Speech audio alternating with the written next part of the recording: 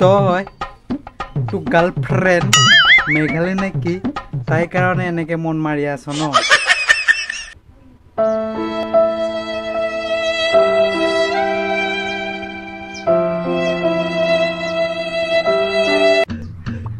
তথাপিতো ইমান বেয়াকৈ গালি দিব নালাগিছিল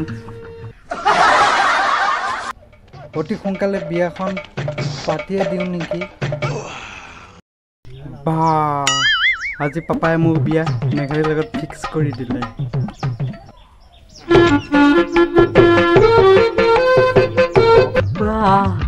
মোক ভাল পোৱা ৰূপজ্যোতি ঘৰৰ মানুহে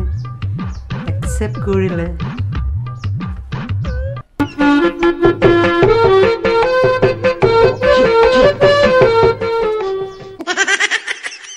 কি